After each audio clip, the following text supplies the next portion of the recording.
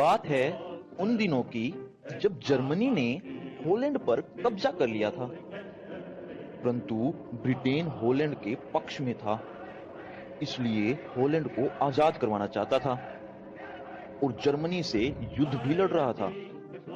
Germany के अत्याचारों से बचने के लिए हॉलैंड के निवासी छुप छुप कर अर्थात अज्ञातवास में रह रहे थे, जिनमें फ्रैंक परिवार भी था। फ्रैंक परिवार की सबसे छोटी सदस्य एनी फ्रैंक ने अज्ञातवास में रोज डायरी लिखना शुरू कर दिया, जिसके कुछ पन्ने आपके पाठ्यक्रम में भी शामिल हैं, जो इस प्रकार हैं। एनी फ्रैंक किट्टी, जो उसकी एक निर्जीव गुड़िया है, उसे संबोधित करते हुए कहती है, प्यारी किट्टी, ऐसा लग रहा है मानो रविवार के बाद से बरसों बीत गए हों। इतना कुछ हो गया है जैसे पूरी दुनिया ही उलट पुलट गई है। लेकिन जैसा कि तुम देख सकती हो किट्टी, मैं जिंदा हूं। लेकिन यह मत पूछो कि कहां और कैसे। मैं जो कुछ भी कह रही हूं उसमें शायद ही कोई बात तुम्हारे पल्ले पड़े, इसलिए मैं तुम्हें शुरू से बताती हूं कि रविवार की दोपहर को हुआ क्या था। रविवार का दिन था, 3 बजे थे। हेलो जा चुका था, लेकिन वह फिर से आने वाला था। तभी दरवाजे की घंटी बजी। चूंकि मैं बालकनी में धूप में अलसाई सी बैठी पड़ रही थी, इसलिए मुझे घंटी सुनाई नहीं दी। कुछ देर बाद रसोई के दरवाजे पर मार्गोट नजर आई। मार्गोट, जो मेरी एक बड़ी बहन है, वह बहुत गुस्से में थी और फुसफुसाते हुए बोली, पापा को एएसएस से बुलाए जाने का नोटिस मिला है। मैं अवाक रह गई थी। बुलावा? हर कोई जानता था कि बुलावे का क्या मतलब होता है। यातना शिविरों के नजारे और वहां की कोठरियों के दृश्य मेरी आंखों के आगे तैर गए थे। हम अपने पापा को इस तरह भाग्य के भरोसे कैसे छोड़ सकते थे? हम उन्हें हरगिज नहीं जाने देंगे। यह बात मार्गोट ने उस वक्त कहा था जब वह ड्राइंग रूम में मां की राह देख रही थी। मां मिस्टर वांदान से पूछने गई है कि हम कल ही छुपने की जगह पर जा सकते हैं। मिस्टर वांदान पापा के बिजनेस पार्टनर हैं और उनके अच्छे दोस्त भी हैं। वांदान परिवार भी हमारे साथ जा रहा है। हम लोग कुल मिलाकर 7 लोग होंगे। ऐसा सुनकर हम सभी मौन हो गए। हम आगे बात ही नहीं कर पाए। यह ख्याल कि पापा यहूदी अस्पताल में किसी को देखने गए हुए हैं, मां के लिए इंतजार की लंबी घड़ियां, गर्मी, सस्पेंस, इन सारी चीजों ने हमारे शब्द ही हमसे छीन लिए थे। तभी दरवाजे की घंटी बजी। मैंने कहा, यह हेलो ही होगा। मार्गोट ने हैरान होते हुए मुझे रोका, दरवाजा मत खोलो। लेकिन इसकी जरूरत नहीं थी, क्योंकि हमने नीचे से मां और मिस्टर वांदान को हेलो से बात करते हुए सुन लिया था। तब दोनों ही भीतर आए और अपने पीछे दरवाजा बंद कर दिया। जब भी दरवाजे की घंटी बजती तो मुझे या मार्गोट को उचक कर नीचे देखना पड़ता कि क्या पापा आ गए हैं। हमने किसी और को भीतर आने ही नहीं दिया। लेखिका कहती है कि मुझे और मार्गोट को बाहर भेज दिया गया था, क्योंकि मिस्टर वांदान मां से अकेले में बात करना चाहते थे। जब मैं और मार्गोट बेडरूम में बैठे बातें कर रहे थे, तो उसने मुझे बताया कि यह बुलावा पापा के लिए नहीं, बल्कि खुद उसके लिए था। इस दूसरे सदमे से तो मैं चीखने लगी। मार्गोट 16 बरस की थी। तय है कि वे लोग इस उम्र की लड़कियों को उनके खुद के भरोसे यहां से भेजना चाहते हैं, लेकिन भगवान का शुक्र है वह नहीं जाएगी। मां ने मुझसे यही कहा था। पापा जब मुझसे छिपने की जगह पर जाने की बात कर रहे थे, तो उन्होंने भी शायद यही कहा होगा। लेखिका एनी फ्रैंक मन ही मन सोचती है, अज्ञातवास? हम कहां जाकर छुपेंगे? शहर में, किसी घर में, या किसी प्रछत्ती पर? कब, कहां, कैसे? ये ऐसे सवाल थे जो मैं पूछ नहीं सकती थी, लेकिन फिर भी ये सवाल मेरे दिमाग में कुलबुला रहे थे। मार्गोट और मैंने अपनी बहुत जरूरी चीजें एक थैली में भरनी शुरू कर दी। मैंने सबसे पहले अपने थैले में यह डायरी ठूसी। इसके बाद मैंने कलर, रुमाल, स्कूली किताबें, एक कंघी और कुछ पुरानी चिट्ठियां थैले में डाली। मैं अज्ञातवास में जाने के ख्याल से इतनी अधिक डर गई थी कि मैंने थैले में अजीबोगरीब चीजें भर डाली। फिर भी मुझे अफसोस नहीं है, क्योंकि यादें मेरे लिए कपड़ों की तुलना में ज्यादा मायने रखती हैं। तब मिस्टर क्लीमेन, जो पापा के ऑफिस में एक कर्मचारी थे, उनको हमने फोन किया कि क्या वे शाम को हमारे घर आ पाएंगे। लेखिका आगे लिखती है कि मिस्टर वांदान चले गए ताकि मिएप को साथ ला सकें। मिएप और इनके पति जॉन, ये दोनों भी पापा के ऑफिस में कर्मचारी हैं और पापा के अच्छे दोस्त भी हैं। मिएप आई और वादा किया कि वे रात को एक बार फिर आएंगी। वे अपने साथ जूतों, ड्रेसों, जैकेटों तथा लंबी जुराबों से भरा एक थैला लेकर गई। इसके बाद हमारे फ्लैट में सन्नाटा छा गया। हम में से किसी की भी खाना खाने की इच्छा ही नहीं हुई। मौसम अभी भी गर्म था और सारी चीजें जैसे हमारे लिए अजनबी होती चली जा रही थी। हमने अपना ऊपर वाला एक कमरा 30 बरस के एक विधुर मिस्टर गोल्डस्मिथ को किराए पर दे रखा था। ये बात पक्की थी कि उसे उस शाम कोई काम धंधा नहीं था। हमारे कई इशारों के बावजूद वह रात 10 बजे तक वहीं पर मंडराता रहा। मिएप और जॉन रात 11 बजे आए। मिएप 1933 से पापा की कंपनी में काम कर रही थी और इसीलिए पापा के करीबी दोस्तों में थी। उसके पति जॉन भी पापा के अच्छे दोस्त थे। एक बार फिर जूते, लंबी जुराबें और किताबें मिएप के गहरे बैग और जॉन की जेबों में गायब हो रहे थे। अर्थात ये सब चीजें मिएप के बैग और जॉन की जेब में डाली जा रही थी। 11:30 बजे वे खुद भी विदा लेकर चले गए। मैं बुरी तरह से थक गई थी। फिर भी एक बात मैं अच्छी तरह से जानती थी कि यह रात मेरे अपने बिस्तर में मेरी आखिरी रात है। मैं जैसे घोड़े बेचकर सोई। मेरी नींद अगली सुबह 5:30 बजे मार्गोट के जगाने पर ही खुली। किस्मत से यह सुबह रविवार की तरह गर्म नहीं थी। दिन भर गर्म बरसात की फुहारें पड़ती रही। हम चारों ने अपने बदन पर इतने ज्यादा कपड़े ले लिए थे मानो हम रात फ्रिज में गुजारने जा रहे हों। वजह सिर्फ इतनी सी थी कि हम अपने साथ ज्यादा से ज्यादा कपड़े ले जाना चाहते थे। हम जिस स्थिति में थे उसमें कोई यहूदी व्यक्ति कपड़ों से भरा सूटकेस ले जाने के बारे में सोच भी नहीं सकता था।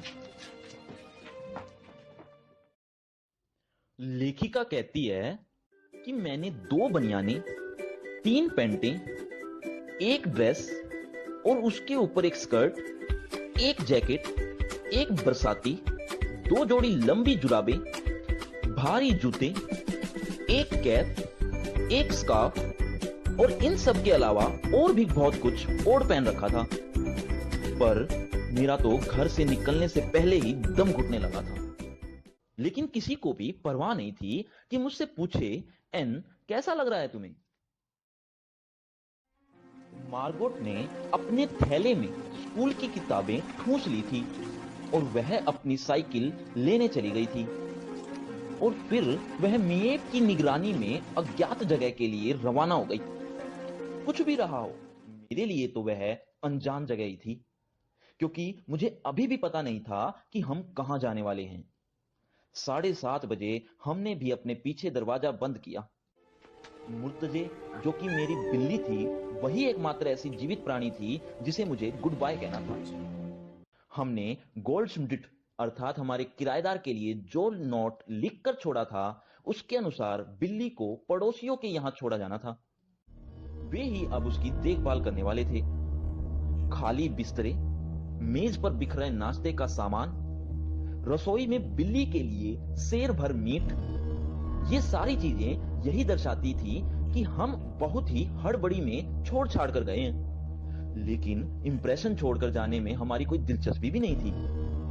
हम तो किसी भी तरह वहां से निकल जाना चाहते थे और कहीं सुरक्षित स्थान पर पहुंच जाना चाहते थे, और कोई बात मायने नहीं रखती थी। तुम्हारी एनी।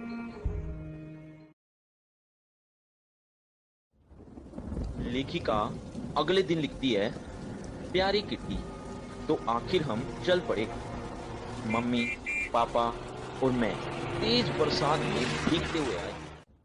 हम तीनों के कंधों पर बड़े बड़े थैले और शॉपिंग बैग थे, जो अजीब अजीब चीजों से ऊपर तक ठूस ठूस कर भरे हुए थे। सुबह सुबह काम पर जाने वाले लोग हमें बड़ी बेचारगी भरी निगाहों से देख रहे थे। आप उन्हें देखते ही बता सकते थे कि वे आपके लिए अफसोस कर रहे हैं कि वे हमें किसी तरह का वाहन उपलब्ध नहीं करवा सकते। हमारे सीने पर चमकता पीला सितारा सारी दास्तां खुद ही कह रहा था। जब हम गली में पहुंच गए, तभी पापा और मम्मी ने धीरे धीरे बताना शुरू किया कि उनकी योजना क्या थी। एनी फ्रैंक की मां ने बताया कि पिछले कई महीनों के दौरान हम थोड़ा थोड़ा करके जितना भी हो सका फर्नीचर और कपड़े लत्ते फ्लैट से बाहर ले जा रहे थे। यह तय कर लिया गया था कि हम लोग 16 जुलाई को अज्ञातवास में चले जाएंगे। अचानक मार्गोट के लिए बुलावा आ जाने के कारण योजना को 10 दिन आगे खिसकाना पड़ा था, अर्थात 10 दिन पहले ही अज्ञातवास में आना पड़ा। इसका मतलब यही था कि अब हमें कम तैयार किए गए कमरों में ही गुजारा करना होगा। लेखिका कहती है कि छिपने की जगह पापा के ऑफिस की इमारत में ही थी। इसे समझ पाना बाहर वालों के लिए थोड़ा मुश्किल होगा, इसलिए मैं थोड़ा बहुत समझा देती हूं। पापा के ऑफिस में काम करने वाले लोग बहुत ज्यादा नहीं थे। बस मिस्टर कुगलर, मिस्टर क्लीमेन, मिएप और 23 बरस की टाइपिस्ट जिसका नाम बेप वॉस्क्विल था। उन सबको हमारे आने के बारे में खबर कर दी गई थी। मिस्टर वॉस्क्विल बेप के पिता 2 और सहायकों के साथ गोदाम में काम करते थे। उन्हें कुछ भी नहीं बताया गया था। लेखिका इमारत के बारे में बताती हुई कहती है कि तल मंजिल पर बना बड़ा सा गोदाम काम करने की जगह और भंडार घर के रूप में इस्तेमाल होता है। इसके अलग अलग हिस्से बने हुए हैं। ये हिस्से गोदाम, पिसाई का कमरा वगैरह हैं, जहां इलायची, लौंग और काली मिर्च वगैरह पीसे जाते हैं। गोदाम के दरवाजे से ही सटा हुआ एक बाहर का दरवाजा है, जो ऑफिस का प्रवेश द्वार है। ऑफिस के दरवाजे के एकदम अंदर की तरफ एक दूसरा दरवाजा है और उसके पीछे सीढ़ियां हैं। सीढ़ियां ऊपर चढ़ें तो एक और दरवाजा आता है, जिस पर आर पार दिखाई देने वाला कांच की खिड़की लगी हुई है। इस पर काले अक्षरों में कार्यालय लिखा हुआ है। यही आगे वाला बड़ा यानी फ्रंट ऑफिस है। यह बहुत बड़ा, हवादार और खूब रोशनी वाला कमरा है। दिन के दौरान यहां बेप, मिएप और मिस्टर क्लीमेन काम करते हैं। इसके बाद एक छोटा सा गलियारा है, जिसमें तिजोरी, कपड़ों की अलमारी और स्टेशनरी की बड़ी सी अलमारी है। इस गलियारे के पार एक छोटा सा दम गोटू अंधियारा कमरा है। यह बैक ऑफिस है। इसमें मिस्टर कुगलर और मिस्टर वानदान बैठा करते थे। अब इसमें सिर्फ मिस्टर कुगलर बैठते हैं। मिस्टर कुगलर के ऑफिस में पैसे से भी पहुंचा जा सकता है, लेकिन सिर्फ कांच वाले दरवाजे के जरिए, जिसे अंदर से तो आसानी से खोला जा सकता है, लेकिन बाहर से इतनी आसानी से नहीं। मिस्टर कुगलर के ऑफिस से निकलने के बाद तुम लंबे तंग गलियारे से कोयले वाले गोदाम की ओर बढ़ोगी और 4 सीढ़ियां चढ़ोगी तो तुम अपने आप को प्राइवेट ऑफिस में पाओगी। यह पूरी इमारत का शोपीस है। शानदार महोगनी फर्नीचर, लिनोलियम का फर्श जिस पर कालीन बिछा है, एक रेडियो है, आकर्षक लैंप है, सब कुछ उत्तम दर्जे का। इसके साथ वाला कमरा बहुत बड़ा रसोई घर है। उसमें पानी गर्म करने का हीटर है, गैस के 2 चूल्हे हैं, साथ में पाखाना है। सीढ़ियां खत्म होते ही थोड़ी खुली जगह है और उसके दोनों तरफ दरवाजे हैं। दाईं तरफ का दरवाजा मसाले रखने का स्टोर, अटारी और घर के सामने की तरफ वाली मियानी की तरफ जाता है। घर के सामने की तरफ से एक परंपरागत डच डिजाइन की सीधी और इतनी घुमावदार सीढ़ियां हैं कि एड़ियों में मोच आ जाए। यह रास्ता गली की तरफ खुलता है। सीढ़ियों के ऊपर बनी जगह से दाईं तरफ का दरवाजा घर के पिछवाड़े की तरफ हमारी गुप्त अनेक्सी अर्थात अज्ञातवास की तरफ जाता है। कोई कल्पना भी नहीं कर सकता था कि इस पाट मटमैले दरवाजे के पीछे इतने कमरे भी हो सकते हैं। दरवाजे के आगे सीढ़ी का बस एक ही पायदान है। इसे पार करते ही आप भीतर होते हैं। आपके सामने की कई सीढ़ियां ऊपर की तरफ चली जाती हैं। बाईं तरफ एक तंग सा गलियारा है जो एक बड़े कमरे में जाकर खुलता है। यही कमरा फ्रैंक परिवार के लिए ड्राइंग रूम और बेडरूम का काम करता है। एनी फ्रैंक आगे बताती है कि अगला दरवाजा एक छोटे कमरे का है।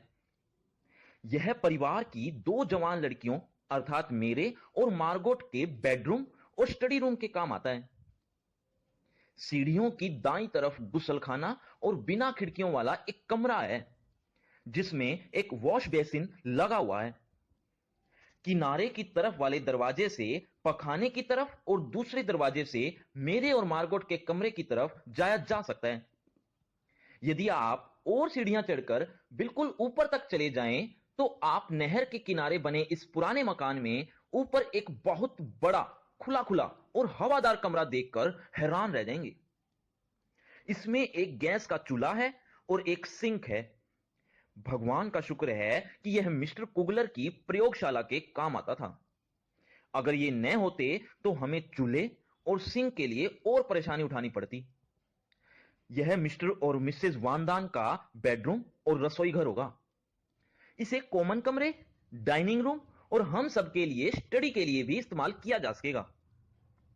एक छोटा सा कमरा पीटर वानदान के लिए बेडरूम का काम करेगा और फिर जैसी इमारत के सामने की तरफ है वैसी ही अटारी और मियानी यहां भी है। तो ये रहा हमारा नया गरीब खाना। लो किट्टी, मैंने तुम्हें पूरी इमारत की सैर करवा दी। तुम्हारी एन। लेखिका एनी फ्रैंक अपनी गुड़िया किट्टी को संबोधित करते हुए कहती है, मेरी प्यारी किट्टी, मैंने घर के लंबे चौड़े बखान के साथ हो सकता है तुम्हें बोर कर दिया हो, लेकिन मैं अभी भी यही सोचती हूं कि तुम जानो हम कहां आ पहुंचे हैं। मैं यहां कैसे आ पहुंची हूं इसके बारे में तुम्हें मेरे आगे के पत्रों से पता चलेगा, लेकिन मैं पहले अपना किस्सा जारी रखूंगी। मैंने अभी तक अपनी बात पूरी नहीं की है। 263 प्रिसेन ग्रास स्थान में हमारे पहुंचने पर मिए तुरंत हमें लंबे गलियारे से सीढ़ियों से ऊपर दूसरी मंजिल पर और फिर अनेक्सी में ले गई। उसने हमें अकेला छोड़ा और हमारे पीछे दरवाजा बंद कर दिया। मार्गोट अपनी साइकिल पर पहले ही आ चुकी थी और हमारी राह देख रही थी। हमारी बैठक और दूसरे कमरे सामान से ठुसे पड़े थे। कहीं तिल धरने तक की जगह नहीं थी। पिछले महीनों में जो कार्डबोर्ड के बक्से ऑफिस में भेजे गए थे चारों तरफ फर्श बिस्तरों पर फैले पड़े थे। छोटा कमरा फर्श से छत तक कपड़ों से भरा पड़ा था। उस रात अगर हम ढंग से सोने के बारे में सोचते तो यह सारा सामान तरतीब अर्थात तरीके से लगाने की जरूरत थी। हमें सफाई का काम तुरंत शुरू कर देना था। मां और मार्गोट की तो हाथ हिलाने की भी हिम्मत नहीं थी। वे बिना चादरों वाली गद्दियों पर पसर गई, थकी, बेहाल और पस्त। लेकिन पापा और मैंने सफाई का मोर्चा संभाला और तुरंत जुट गए। एनी फ्रैंक कहती है कि हम सारा दिन पैकिंग खोलते रहे, अलमारियां भरते रहे, कीले ठोकते रहे और तमाम सामान ठिकाने से लगाते रहे और आखिरकार थक कर चूर हो गए और साफ बिस्तरों पर ढह गए। हमने पूरे दिन में एक बार भी गर्म खाना नहीं खाया था, लेकिन परवाह किसे थी। मां और मार्गोट की थकान के मारे बुरी हालत थी और पापा और मुझे फुर्सत नहीं थी। मंगलवार की सुबह हमने पिछली रात के छोड़े हुए काम को पूरा करना शुरू किया। बेप और मीप हमारे राशन कूपनों से शॉपिंग करने गई। पापा और मैंने ब्लैकआउट वाले पर्दे लगाए। मैंने रसोई का फर्श रगड़ रगड़ कर साफ किया। सवेरे से रात तक हम लगातार काम में जुटे रहे। बुधवार तक तो मुझे यह सोचने की फुर्सत ही नहीं थी कि मेरी जिंदगी में कितना बड़ा परिवर्तन आ चुका है। अब गुप्त एनेक्सी में आने के बाद मुझे पहली बार थोड़ी फुर्सत मिली कि तुम्हें बताऊं कि मेरी जिंदगी में क्या हो चुका है और क्या होने जा रहा है। तुम्हारी एन। लेखिका किट्टी को संबोधित करते हुए लिखती है कि प्यारी किट्टी, हम इन दिनों बिजली का बहुत ज्यादा इस्तेमाल कर रहे हैं और अपने राशन से ज्यादा खर्च कर चुके हैं। नतीजा यह होगा कि और अधिक किफायत और हो सकता है बिजली भी कट जाए। एक पखवाड़े के लिए अर्थात 15 दिनों के लिए कोई बिजली नहीं। कितना मजेदार ख्याल है, नहीं क्या? लेकिन कौन जानता है यह अरसा इससे भी कम हो सकता है। बहुत अंधेरा हो जाता है 4 साढ़े 4 बजते ही। हम तब पढ़ नहीं सकते, इसलिए वह वक्त हम उल जलूल हरकतें करके गुजारते हैं। हम पहेलियां बुझाते हैं, अंधेरे में व्यायाम करते हैं, अंग्रेजी या फ्रेंच बोलते हैं और किताबों की समीक्षा करते हैं। हम कुछ भी करें, थोड़ी देर बाद बोर लगने लगता है। कल मैंने वक्त गुजारने का एक नया तरीका खोज निकाला। दूरबीन लगाकर पड़ोसियों की रोशनी वाले कमरों में झांकना। दिन के वक्त हमारे पर्दे हटाए नहीं जा सकते, 1 इंच भर भी नहीं, लेकिन जब अंधेरा हो तो पर्दे हटाने में कोई हर्ज नहीं होता।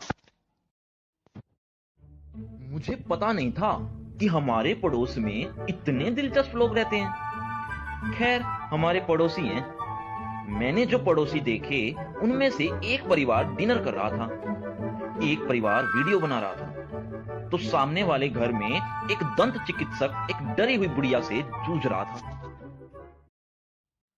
मिस्टर डसेल, जिनके बारे में कहा गया कि उनकी बच्चों के साथ बहुत बनती है और वे उन्हें खूब प्यार करते हैं, दरअसल बाबा आदम जमाने के अनुशासन मास्टर हैं और लंबे लंबे भाषण देने लगते हैं जिन्हें सुनकर ही नींद आने लगे।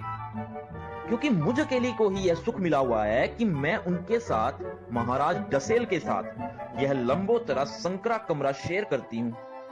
और चूंकि मुझे ही हम 3 बच्चों में आमतौर पर खरदिमाग और तुनक मिजाज समझा जाता है, मेरे पास यही एक उपाय बचता है कि उनकी वही पुरानी डांट फटकार और भाषणों की लंबी उबाऊ श्रृंखला की तरफ कान न धरूं और न सुनने का नाटक करती रहूं। ये बात तो मैं खैर फिर भी सहन कर लेती, लेकिन मिस्टर डसेल अच्छे खासे चुगलखोर हैं। वे जाकर इन सारी बातों की रिपोर्ट मम्मी को दे आते हैं। अगर मिस्टर डसेल ने मुझे कोई उपदेश पिलाया होता है तो उसे दोबारा से मुझे मम्मी से सुनना पड़ता है, और मम्मी तो कोई लिहाज भी नहीं करती मेरा। और अगर मेरी किस्मत वाकई अच्छी होती है तो मिसेस वांदान मुझे 5 मिनट बाद बुलवा भेजती है। सचमुच मीन मेख निकालने वाले परिवार में आप केंद्र में हो और सारा दिन आपको हर तरफ से दुत्कारा फटकारा जाए, ये सब झेलना आसान काम नहीं होता। रात को जब मैं बिस्तर पर होती हूं तो अपने पापों और बढ़ा चढ़ाकर बताई गई अपनी खामियों के बारे में सोचती हूं तो वे इतनी ज्यादा होती हैं कि अपने मूड के हिसाब से या तो मैं उन पर हंस सकती हूं या रो सकती हूं। तब मैं इस अजीब से ख्याल के साथ सो जाती हूं कि मैं जो कुछ हूं उससे अलग होना चाहती हूं, या मैं उससे अलग तरीके से व्यवहार करना चाहती हूं, जो मैं हूं या जो मैं होना चाहती हूं। एनी फ्रैंक कहती है कि मेरी प्यारी किट्टी, अब मैं तुम्हें कितना उलझा रही हूं, लेकिन मैं चीजों को एक बार लिखकर उन्हें काटना पसंद नहीं करती, और इस कमी वाले वक्त में कागज को मोड़ तोड़कर रद्दी की टोकरी में डाल देना बिल्कुल मना है। इसलिए मैं तुम्हें सिर्फ यही सलाह दे सकती हूं कि तुम ऊपर वाले हिस्से को फिर से पढ़ने की कोशिश मत करना, क्योंकि इसमें तुम्हें बात का सिर पैर भी नहीं मिलेगा। तुम्हारी एन।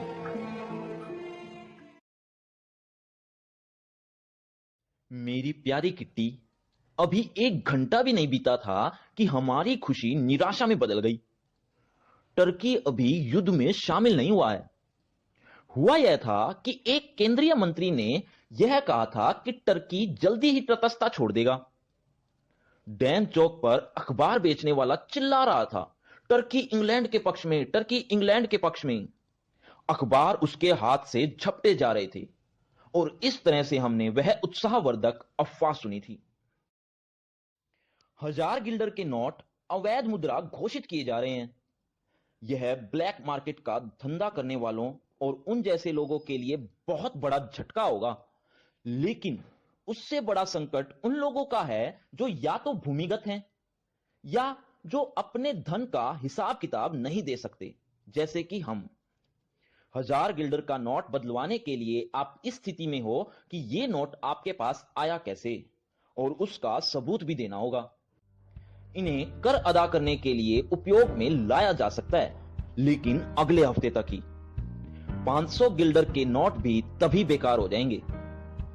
गियेज एंड कंपनी के पास, अर्थात मिएप के परिवार के पास अभी 1000 गिल्डर के कुछ नोट बाकी थे, जिनका कोई हिसाब किताब नहीं था। इन्हें कंपनी के आगामी, अर्थात आने वाले वर्षों के लिए अनुमानित कर अदायगी की में निपटा दिया गया है। इसलिए फिलहाल तो गर्दन पानी के ऊपर ही है। मिस्टर डसेल को कहीं से बाबा आदम के जमाने की पैरों से चलने वाली दांतों की ड्रिल मशीन मिल गई है।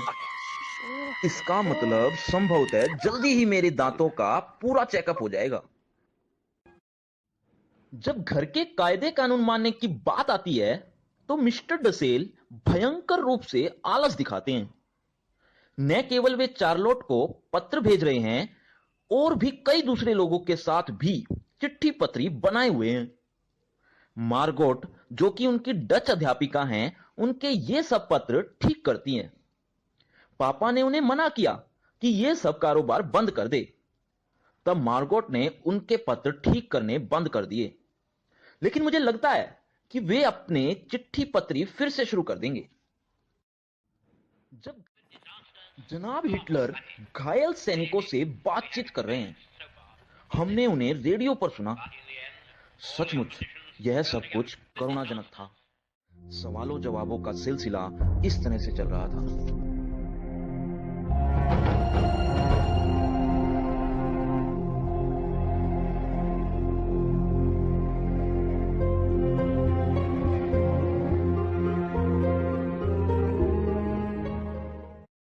घायल सैनिक जैसे अपने जख्मों को दिखाते हुए गर्व महसूस कर रहे थे। जितने ज्यादा घाव उतना ज्यादा गर्व। उनमें से एक तो हिटलर के हाथ मिलाने के ख्याल से ही उत्साहित हुआ जा रहा था। मेरे ख्याल से तो अभी भी वह उसी उत्साह में होगा कि वह एक शब्द भी नहीं बोल पाया। मुझसे डसेल साहब का साबुन जमीन पर गिर गया था। मेरी किस्मत खराब थी कि मेरा पैर उस पर पड़ गया। अब पूरा साबुन ही गायब है।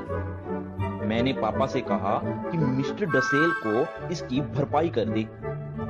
उनको हर महीने युद्ध के समय की घटिया साबुन की एक ही बट्टी मिलती है। लेखिका कहती है, मेरी प्यारी किट्टी, इधर के सप्ताहों में मुझे परिवार के वंश वृक्षों और राजसी परिवारों की वंशावली तालिकाओं में खासी रुचि हो गई।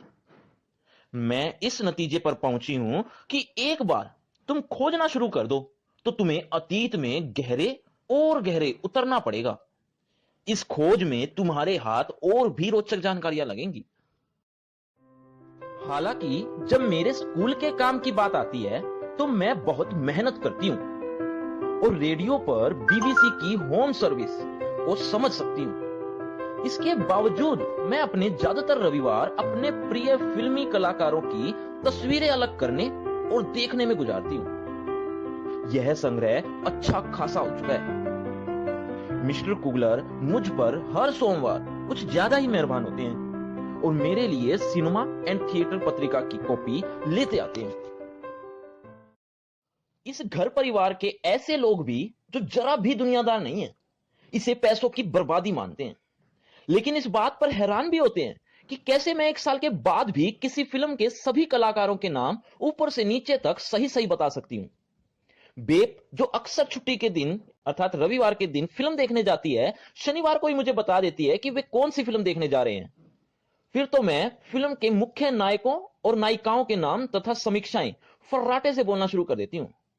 हाल ही में मम्मी ने मुझे ताना मारा कि बाद में मुझे फिल्म देखने जाने की जरूरत ही नहीं पड़ेगी, क्योंकि मुझे सारी फिल्मों की कहानी और नायकों के नाम जबानी याद हैं। जब भी मैं नया हेयर स्टाइल बनाकर बाहर आती हूं, तो मैं सबके चेहरों पर उगाई असहमति साफ साफ पढ़ सकती हूं और यह भी बता सकती हूं कि कोई ना कोई जरूर टोक देगा कि मैं फला फिल्म स्टार की नकल कर रही हूं। मेरा यह जवाब कि यह स्टाइल मेरा खुद का आविष्कार है, मजाक के रूप में लिया जाता है। जहां तक मेरे हेयर स्टाइल का सवाल है, यह आधे घंटे से ज्यादा टिका नहीं रहता। तब तक मैं उससे बोर भी हो चुकी होती हूं और सबकी टिप्पणियां सुनते सुनते मेरे कान पकने लगते हैं। मैं सीधे बाथरूम की तरफ लपकती हूं और मेरे बाल फिर से पहले की तरह उलझे हुए घुंघराले हो जाते हैं। लेखिका किट्टी को संबोधित करते हुए कहती है, मेरी प्यारी किट्टी, आज सुबह मैं सोच रही थी कि क्या तुमने अपने आप को गाय समझ रखा है, जिसे हर दिन मेरी बासी खबरें चबानी पड़ती हैं। इनकी इतनी अधिक जुगाली कि तुम्हें उबासी आ जाए और तुम मन ही मन कामना करो कि एन कुछ नए समाचार दे। सॉरी, तुम्हें ये नाली के सड़ते पानी की तरह नीरस लगता होगा, लेकिन जरा मेरी हालत की कल्पना करो किट्टी, मुझे रोज रोज यही सुनना पड़ता है।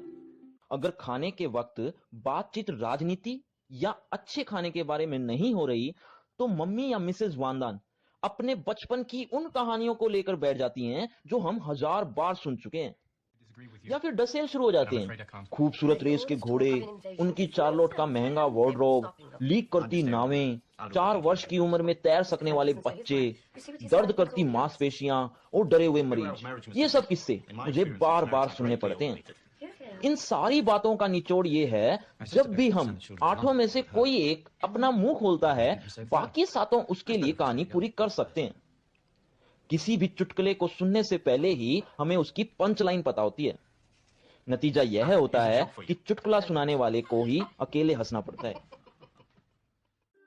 अलग अलग ग्वाले, राशन वाले, कसाई जो घरों की इन 2 भूतपूर्व मालकिनों अर्थात मां और मिसेस वांदान के संपर्क में आए, इतनी बार उनके चरित्र चित्रण हो चुके हैं कि हमारी कल्पना शक्ति में उनमें जोड़ने के लिए कुछ बचा ही नहीं है।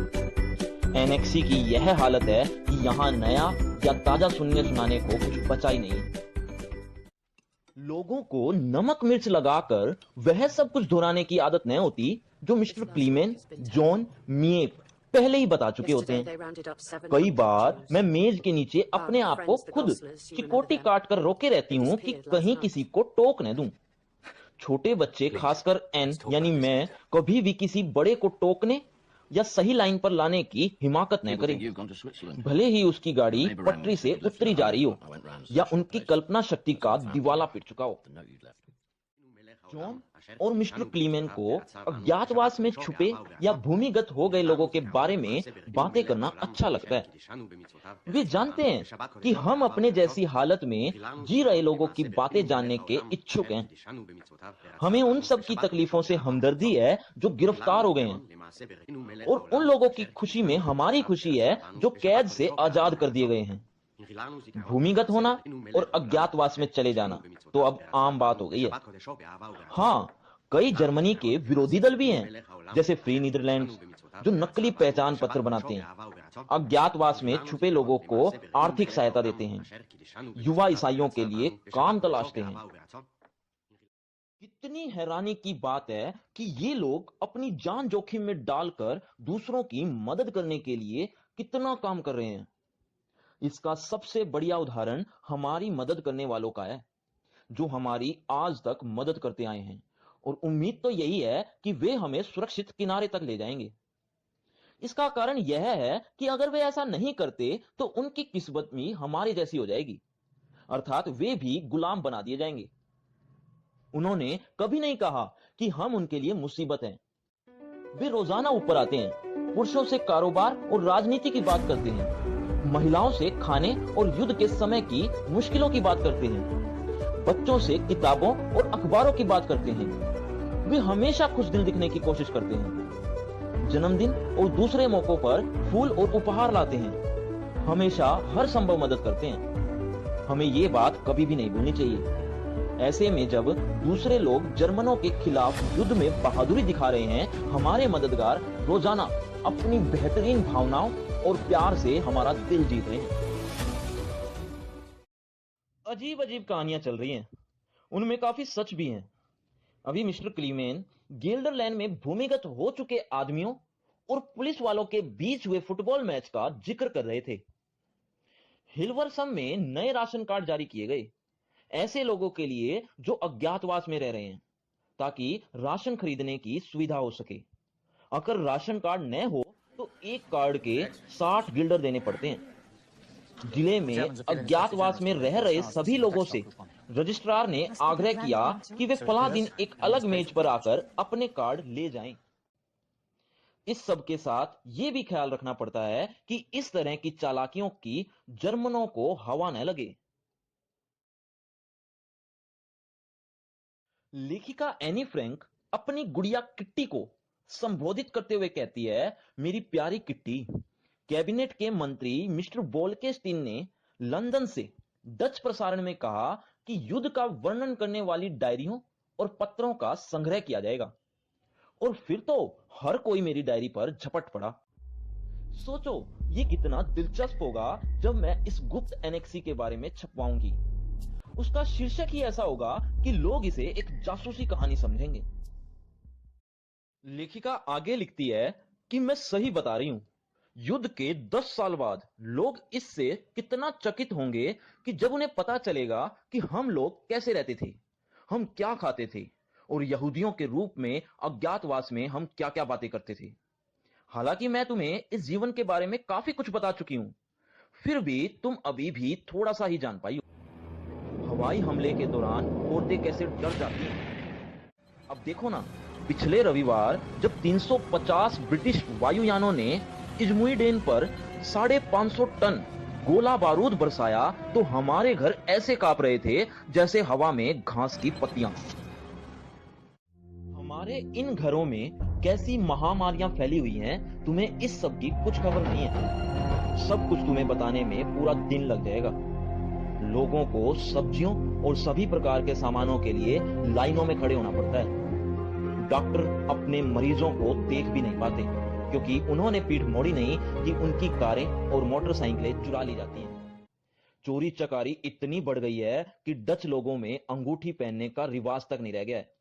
छोटे छोटे बच्चे 8-8, 10-10 बरस के होंगे, लेकिन लोगों के घरों की खिड़कियां तोड़कर घुस जाते हैं और जो भी हाथ लगा उठा ले जाते हैं।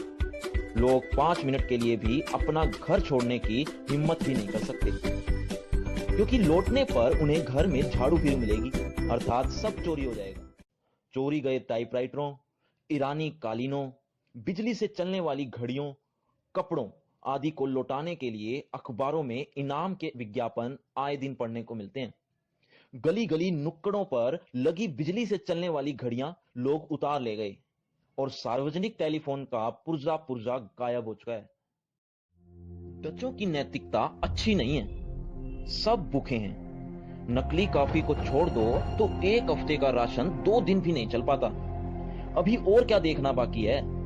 पुरुषों को जर्मनी भेजा जा रहा है, बच्चे बीमार हैं, भूख से बेहाल हैं। सब लोग फटे पुराने कपड़े और घिसे पिटे जूते पहनकर काम चला रहे हैं। ब्लैक मार्केट में जूते का नया तला 7.5 गिल्डर का मिलता है। इसके अलावा बहुत कम मोची मरम्मत का काम कर रहे हैं। यदि वे करते भी हैं तो 4 महीने इंतजार करना पड़ेगा और इस बीच जूता गायब हो चुका होगा। इसका एक लाभ भी हुआ है, खाना जितना खराब होता जा रहा है बिक्री उतनी ही अधिक हो रही है। सरकारी लोगों पर हमले की घटनाएं बढ़ती जा रही हैं। खाद्य कार्यालय, पुलिस अधिकारी सभी या तो अपने साथी नागरिकों की मदद कर रहे हैं या उन पर कोई आरोप लगाकर जेल में भेज देते हैं। सौभाग्य से बहुत कम डच लोग गलत पक्ष में हैं, अर्थात गलत काम में साथ दे रहे हैं। लेखिका किट्टी को संबोधित करते हुए कहती है, मेरी प्यारी किट्टी, मेरा सिर घूम रहा है, समझ में नहीं आ रहा कहां से शुरू करूं। गुरुवार जब मैंने तुम्हें पिछली बार लिखा था सब कुछ ठीक था। शुक्रवार हम मोनापोली खेल खेलते रहे। शनिवार भी हम यही खेल खेले। दिन पता ही नहीं चला कैसे बीत गए। शनिवार कोई 2 बजे का वक्त रहा होगा। तेज गोलाबारी शुरू हो गई। मशीन गनें चल रही थी। मर्द लोगों का यही कहना था। बाकी लोगों के लिए सब कुछ शांत था, अर्थात हमें पता ही नहीं था कि कुछ हुआ भी है। रविवार दोपहर के वक्त मेरे आमंत्रण पर पीटर 4:30 बजे मुझसे मिलने के लिए आया।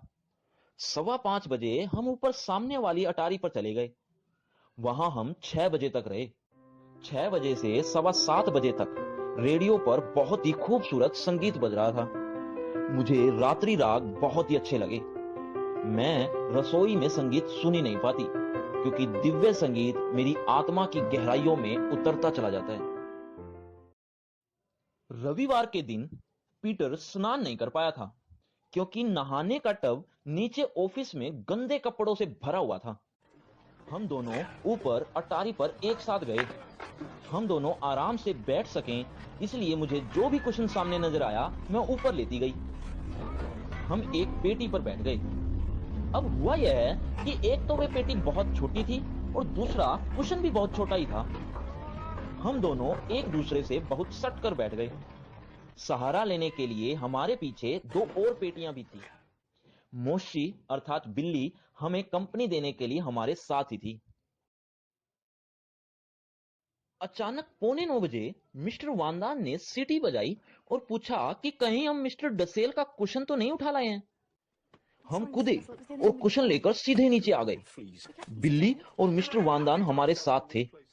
यह कुशन ही सारे झगड़े की जड़ था। डसेल इसलिए खफा थे कि मैं वो तकिया उठा लाई थी जिसे वे कुशन की तरह इस्तेमाल करते थे। उन्हें डर था कि उनके तकिए पर कहीं पिस्सू न चिपक जाएं। उन्होंने सारे घर को सिर पर उठा रखा था, क्योंकि हम उनका कुशन उठा लाए थे। बदला लेने की नीयत से पीटर और मैंने उनके बिस्तर में 2 कड़े ब्रुश घुसेड़ दिए। लेकिन जब मिस्टर डसेल ने तय किया कि जाकर अपने कमरे में बैठेंगे, तो हमें ये ब्रुश निकाल लेने पड़े। इस छोटे से किस्से पर हम हंसते हंसते लोटपोट हो गए। लेकिन हमारा हंसी मजाक जल्दी ही खत्म हो गया। 9:30 बजे पीटर ने होले से दरवाजा खटखटाया और पापा से कहा कि वे जरा ऊपर आएं। उसे अंग्रेजी के कठिन वाक्य में दिक्कत आ रही है। मैंने मार्गोट से कहा, मुझे तो दाल में कुछ काला नजर आ रहा है। ये पक्की बात है कि पीटर ने किसी और बहाने से बात कही है। जिस तरीके से मर्द लोग बात कर रहे हैं, मैं शर्तबद्ध कर कह सकती हूं कि सेंधमारी हो रही थी। पिताजी, वांदान और पीटर लपक कर नीचे पहुंच गए। मार्गोट, मां, मिसेस वांदान और मैं ऊपर इंतजार करते रहे। 4 डरी समी औरतें बातें ही तो कर सकती हैं। जब तक हमने नीचे जोर का एक धमाका नहीं सुना, हम बातों में लगी रही। उसके बाद का मामला है, मेरा सोचना सही था। उसी वक्त गोदाम में सब कुछ शांत हो गया। घड़ी में 9:45 बजाए। हमारे चेहरे का रंग उड़ चुका था।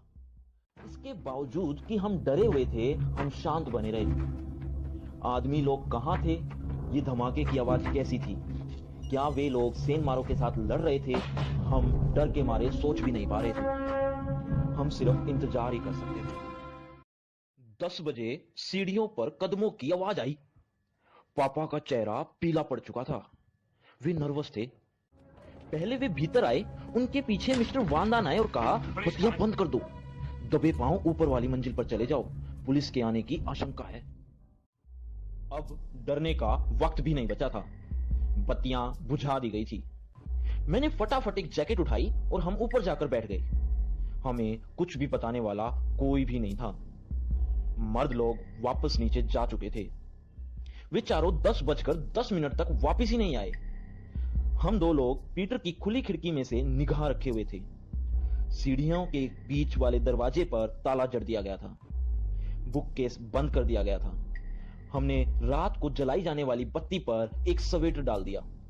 तब उन्होंने हमें सब कुछ बताया कि क्या हुआ था। हुआ यह था, पीटर अभी सीढ़ियों पर ही था जब उसने जोर के 2 धमाके सुने। वह लपक कर ऊपर आया और होमगार्ड्स को चौकन्ना किया। Oh, I'm desperate for a smoke. Maybe Kugler forgot some cigarettes in the office. I join you. वे चारों लपके लपके नीचे गए।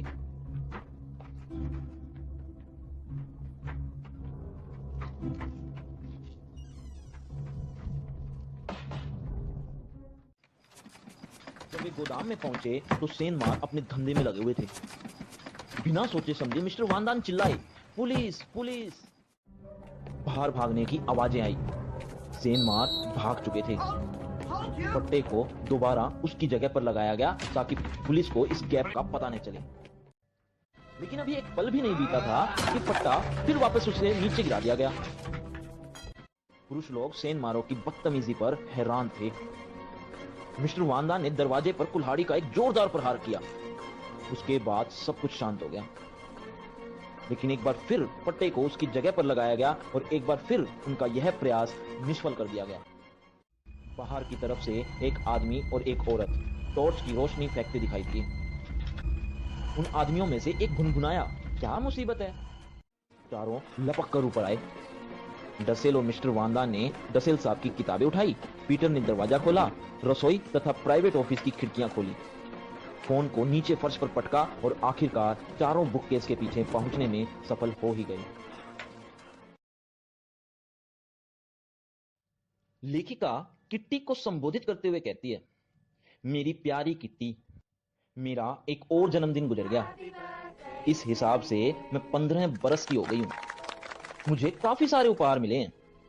स्प्रिंगर की 5 खंडों वाली कलात्मक इतिहास पुस्तक, 2 बेल्टें, एक रुमाल, दही के 2 कटोरे, जैम की शीशी, शहद वाले 2 छोटे बिस्किट, मम्मी पापा की तरफ से वनस्पति विज्ञान की एक किताब, मार्गोट की तरफ से सोने का एक ब्रेसलेट, वांदान परिवार की तरफ से स्टिकर एल्बम, डसेल की तरफ से बायोमाल्ट और मीठे मटर, मिएप की तरफ से मिठाई, बेप की तरफ से मिठाई और लिखने के लिए कॉपियां, और सबसे बड़ी बात, मिस्टर कुगलर की तरफ से मारिया तेरेसा नाम की किताब तथा क्रीम से भरे चीज के 3 स्लाइस। पीटर ने पियोनी फूल का खूबसूरत गुलदस्ता दिया। बेचारे को ये उपहार जुटाने में भी अच्छी खासी मेहनत करनी पड़ी, लेकिन वह कुछ और जुटा ही नहीं पाया। बेहद खराब मौसम, लगातार बारिश, हवाएं और उफान पर समुद्र के बावजूद हमले शानदार तरीके से जारी हैं। कल चर्चिल, स्मर्ट्स, आइजनहावर तथा आर्मोल्ड उन फ्रांसीसी गांव में गए जिन पर ब्रिटिश सैनिकों ने पहले कब्जा कर लिया था और बाद में मुक्त कर दिया। चर्चिल एक टारपीडो नाव में थे। इससे तटों पर गोलीबारी की जाती है। बहुत से लोगों की तरह चर्चिल को भी पता नहीं है डर किस चिड़िया का नाम है, जनजात बहादुर। यहां हमारी एनेक्सी की किलेबंदी से डच लोगों के मूड को समझ पाना बहुत मुश्किल है। इस बात में कोई शक नहीं है कि लोग खाली बैठे भी खुश रह लेते हैं। ब्रिटिश सैनिकों ने आखिर अपनी कमर कस ली है और अपने मकसद को पूरा करने के लिए निकल पड़े हैं। जो लोग ये दावे करते फिर रहे हैं कि वे ब्रिटिश द्वारा कब्जा किए जाने के पक्ष में नहीं हैं, नहीं जानते कि वे लोग कितनी गलती पर हैं। उन लोगों का कहना है कि ब्रिटिश को लड़ते रहना चाहिए, संघर्ष करना चाहिए और हॉलैंड को आजाद कराने के लिए अपने शूरवीर सैनिकों की शहादत के लिए आगे आना चाहिए। हॉलैंड के साथ साथ कब्जे वाले दूसरे देशों को भी आजाद कराना चाहिए, लेकिन उसके बाद ब्रिटिश को हॉलैंड में रुकना नहीं चाहिए। इसके बजाय उन्हें चाहिए कि वे सभी कब्जे वाले देशों से हाथ जोड़ जोड़ कर माफी मांगे, डच ईस्ट इंडीज को उसके सही हकदारों के हाथों में सौंपे और थके टूटे हारे और लुटे पिटे अपने देश ब्रिटेन में लौट जाएं। ऐसे सोचने वाले लोग मूर्ख हैं। मूर्खों की कहीं कोई कमी नहीं है। अगर ब्रिटेन ने जर्मनी के साथ शांति संधि पर हस्ताक्षर कर लिए होते तो हॉलैंड और उसके पड़ोसी देशों का क्या हाल हुआ होता। उसके पास ऐसा करने के बहुत से मौके मौजूद थे। हॉलैंड जर्मनी बन चुका होता और तब यह होना ही समाप्ति का संकेत होता, सब कुछ खत्म हो जाने का संकेत। ऐसे सभी डच लोग जो अभी ब्रिटिश को नफरत से देखते हैं, ब्रिटेन की खिल्ली उड़ाते हैं, उसके बुढ़ाते लाडो की सरकार को ताने मारते हैं, उन्हें कायर कहते हैं, एक अच्छा खासा सबक सिखाने के लायक हैं। उनकी जमकर मरम्मत की जानी चाहिए, तभी हमारे जंग लगे दिमाग खुलेंगे, उनमें जोश आएगा। मेरे दिमाग में हर समय इच्छाएं, विचार, आरोप तथा डांट फटकार ही चक्कर खाते रहते हैं। मैं सचमुच उतनी घमंडी नहीं हूं जितना लोग मुझे समझते हैं। मैं किसी और की तुलना में अपनी कमजोरियों और खामियों को बेहतर तरीके से जानती हूं। लेकिन एक फर्क है, मैं जानती हूं कि मैं खुद को बदलना चाहती हूं, बदलूंगी और काफी हद तक बदल चुकी हूं। मैं अपने आप से यह सवाल पूछती हूं कि लोग मुझे अभी भी इतना नाक घुसेड़ू और अपने आप को 30 मार खां समझने वाली क्यों समझते हैं? क्या मैं वाकई अक्खड़ हूं? क्या मैं अकेली अक्खड़ हूं या वे सभी हैं? लेखिका कहती है, मुझ पर हमेशा आरोपों की बौछार करते रहने वाले दो लोग हैं, मिसेस वांदान और डसेल। उनके बारे में सबको पता है कि वे कितने मूर्ख हैं। मूर्ख जिसके आगे कोई विशेषण लगाने की जरूरत नहीं। मूर्ख लोग आमतौर पर इस बात को सहन ही नहीं कर पाते कि कोई उनसे बेहतर काम करके दिखाए। और इसका सबसे बड़ा उदाहरण ये दो मूर्ख, मिसेस वांदान और मूर्खादिराज डसेल हैं। मिसेस वांदान मुझे इसलिए मूर्ख समझती हैं क्योंकि मैं उनकी जितनी बीमारियों का शिकार नहीं हूं। वे मुझे अक्खड़ समझती हैं क्योंकि वे मुझसे भी ज्यादा अक्खड़ हैं।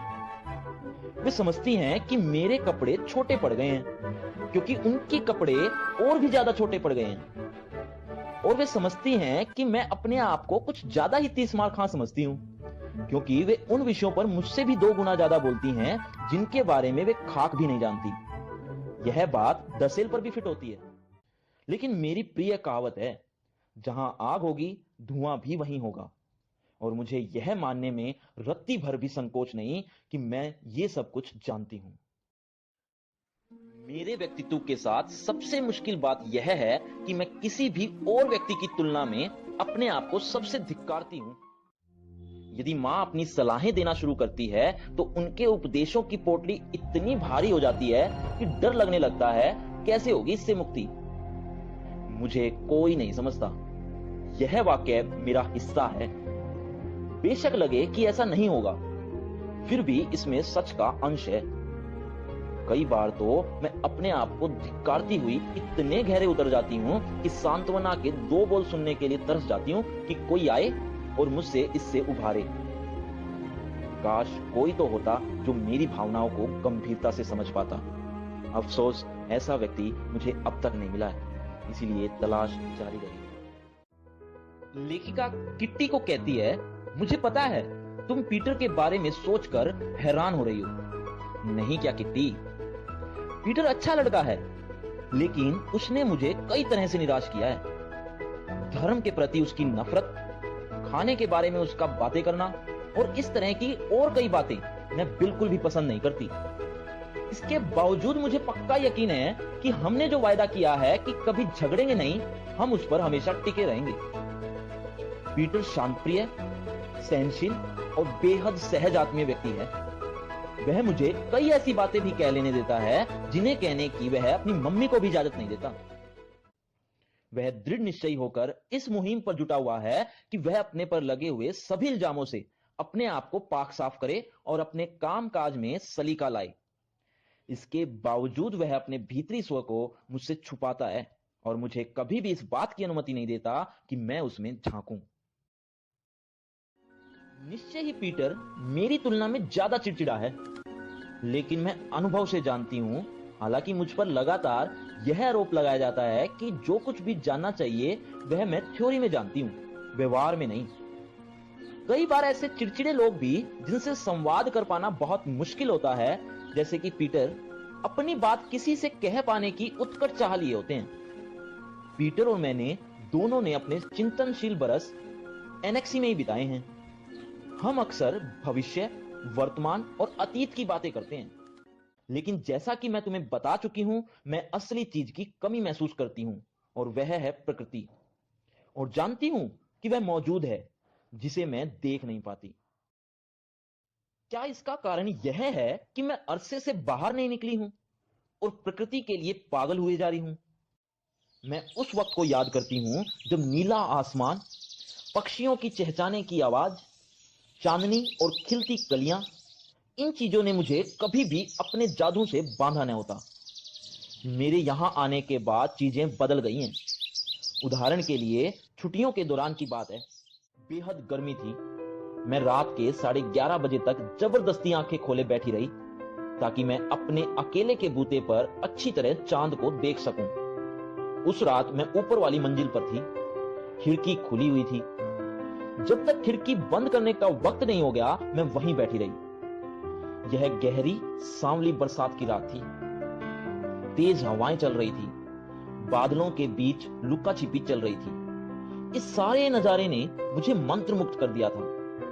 पिछले 1.5 बरस में यह पहली बार हो रहा था कि मैं आमने सामने रात से साक्षात्कार कर रही थी। उस शाम के बाद प्रकृति से साक्षात्कार करने की मेरी चाह लगातार बढ़ती गई थी। तब मुझे चोर उचक्कों, मोटे काले चूहे या पुलिस के छापे का भी डर नहीं रहा था। मैं अकेले ही नीचे चली गई थी और रसोई तथा प्राइवेट ऑफिस की खिड़की से प्रकृति के नजारे देखती रही थी। कई लोग सोचते हैं कि प्रकृति सुंदर होती है। कई लोग समय समय पर तारों भरे आसमान के तले सोते हैं और कई लोग अस्पतालों और जेलों में उस दिन की राह देखते रहते हैं कि वे कब आजाद होंगे और फिर से प्रकृति के इस अनूठे उपहार का आनंद ले पाएंगे। प्रकृति गरीब अमीर के बीच कोई भेदभाव नहीं करती। यह मेरी कल्पना मात्र नहीं है। आसमान, बादलों, चांद और तारों की तरफ देखना मुझे शांति और आशा की भावना से सराबोर कर देता है। शांति पाने की रामबाण दवा। प्रकृति मुझे विनम्रता का उपहार देती है और इससे मैं बड़े से बड़ा धक्का भी हिम्मत के साथ झेल जाती हूं। लेकिन किस्मत का लिखा यही है, कुछ एक दुर्लभ अवसरों को छोड़कर मैं मैल से चिकट हुई खिड़कियों के गंदे पर्दों में से प्रकृति को बहुत ही कम निहार पाती हूं। इस तरह से देखने से आनंद की सारी भावनाएं मर जाती हैं। प्रकृति ही तो एक ऐसा वरदान है जिसका कोई सानी नहीं है। कई प्रश्नों में से एक प्रश्न जो मुझे अक्सर परेशान करता रहता है और अभी भी समझा जाता है, यह कह देना बहुत ही आसान है कि गलत है। लेकिन मेरे लिए इतना ही काफी नहीं है। मैं इस विराट अन्याय के कारण जानना चाहती हूं। संभवतः पुरुषों ने औरतों पर शुरू से ही इस आधार पर शासन करना शुरू किया कि वे उनकी तुलना में शारीरिक रूप से ज्यादा सक्षम हैं। पुरुष ही कमा कर लाता है, बच्चे पालता पोसता है और जो मन में आए करता है। लेकिन हाल ही में स्थिति बदली है। औरतें अब तक इन सबको सहती चली आ रही थी, जो कि बेवकूफी ही थी। सौभाग्य से शिक्षा, काम तथा प्रगति ने औरतों की आंखें खोली हैं। कई देशों में तो उन्हें बराबरी का हक दिया जाने लगा है। कई लोगों ने, कई औरतों ने और कुछ एक पुरुषों ने भी अब इस बात को महसूस किया है कि इतने लंबे अरसे तक इस तरह की वाहियात स्थिति को झेलते चले जाना गलत ही था। आधुनिक महिलाएं पूरी तरह स्वतंत्र होने का हक चाहती हैं। महिलाओं का भी पूरा सम्मान किया जाना चाहिए। आमतौर पर देखा जाए तो पूरी दुनिया में पुरुष वर्ग को पूरा सम्मान मिलता है, तो महिलाओं ने ही क्या कसूर किया है कि वे इससे वंचित रहें और उन्हें अपने हिस्से का सम्मान न मिले। सैनिकों और युद्धों के वीरों का सम्मान किया जाता है, उन्हें अलंकृत किया जाता है, उन्हें अमर बना डालने तक का शौर्य प्रदान किया जाता है, शहीदों को पूजा भी जाता है। लेकिन कितने लोग ऐसे हैं जो औरतों को भी सैनिक का दर्जा देते हैं? मौत के खिलाफ मनुष्य नाम की किताब में मैंने पढ़ा था कि आमतौर पर युद्ध में लड़ने वाले वीर को जितनी तकलीफ, पीड़ा, बीमारी और यंत्रणा से गुजरना पड़ता है, उससे कहीं अधिक तकलीफ औरतें बच्चे को जन्म देते समय झेलती हैं। और इन सारी तकलीफों से गुजरने के बाद उसे पुरस्कार क्या मिलता है? जब बच्चा जनने के बाद उसका शरीर अपना आकर्षण खो देता है तो उसे एक तरफ धकिया दिया जाता है। उसके बच्चे उसे छोड़ देते हैं और उसका सौंदर्य उससे विदा ले लेता है। औरत ही तो मानव जाति की निरंतरता को बनाए रखने के लिए इतनी तकलीफों से गुजरती है और संघर्ष करती है। बहुत अधिक मजबूत और बहादुर सिपाहियों से भी ज्यादा मेहनत करके खटती हैं। वह जितना संघर्ष करती हैं, उतना ही बड़ी बड़ी धींगे हाँकने वाले ये सारे सिपाही भी मिलकर नहीं करते। लेखिका आगे लिखती है कि मेरा ये कहने का बिल्कुल भी मतलब नहीं है कि औरतों को बच्चे जन्ना बंद कर देना चाहिए। इसके विपरीत प्रकृति चाहती है कि वे ऐसा करें और इस वजह से उन्हें यह काम करते रहना चाहिए। मैं जिस चीज की निंदा कर रही हूं वह है हमारे मूल्यों की प्रथा, और ऐसे व्यक्तियों की मैं निंदा करती हूं जो यह बात मानने को तैयार ही नहीं होते कि समाज में औरतों का योगदान कितना महान और मुश्किल है। मैं इस पुस्तक के लेखक श्री पॉल दे क्रूइफ जी से पूरी तरह सहमत हूं जब वे कहते हैं कि पुरुषों को यह बात सीखनी ही चाहिए कि संसार के जिन हिस्सों को हम सभ्य कहते हैं वहां जन्म अनिवार्य और टाला न जा सकने वाला काम नहीं रह गया है। आदमियों के लिए बात करना बहुत आसान होता है, उन्हें औरतों द्वारा झेले जाने वाली तकलीफों से कभी भी गुजरना नहीं पड़ेगा। मेरा विश्वास है कि अगली सदी आने तक यह मान्यता बदल चुकी होगी कि बच्चे पैदा करना ही औरतों का काम नहीं रह गया है। औरतें ज्यादा सम्मान और सराहना की हकदार बनेंगी। वे सब औरतें जो एक उफ भी किए बिना, यह लंबे चौड़े बखानों के बिना ये सब तकलीफें सहती हैं। तुम्हारी एनी फ्रैंक।